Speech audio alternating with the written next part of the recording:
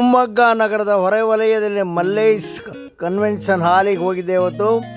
ಭಾಳ ಸುಂದರವಾಗಿತ್ತು ಮದುವೆ. ನಮ್ಮ ಸ್ನೇಹಿತರಾದಂಥ ನಾಗೇಂದ್ರ ಅವರ ಮಗನ ಮದುವೆ ಇತ್ತು. ಭಾಳ ಹೋಗಿ ಎಲ್ಲ ವಿಶ್ ಮಾಡಿದೆ.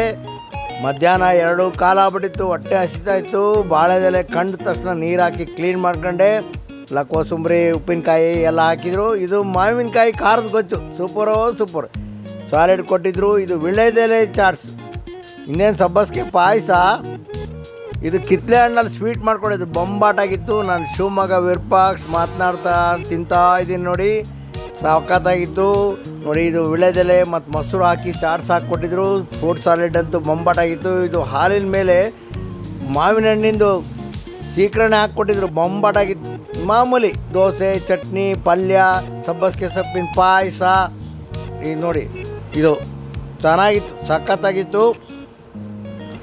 ಇದು ಗೀ ರೈಸ್ ಬಾಳೆದಲ್ಲೆಲ್ಲ ಸುತ್ತು ಕೊಟ್ಟಿದ್ರು. ಅದ್ರ ಮೊಸರು ಬಜ್ಜಿನೂ ಕೊಟ್ಟಿದ್ರು. ಸೂಪರಾಗಿತ್ತು, ಸಖತ್ತಾಗಿತ್ತು. ಬಾಯಲ್ಲಿ ನೀರು ಬರ್ತಾಯಿತ್ತು. ಮಾಮೂಲಿ ನುಗ್ಗೆಕಾಯಿನ ಸಾರು, ಆಮೇಲೆ ಅದ್ರ ಜೊತೆಗೆ ಮೊಸರನ್ನ ಎಲ್ಲ ಕೊಟ್ಟಿದ್ರು. ಭಾಳ ಚೆನ್ನಾಗಿತ್ತು. ಊಟ ಮಾಡ್ಕೊಂಬಂದು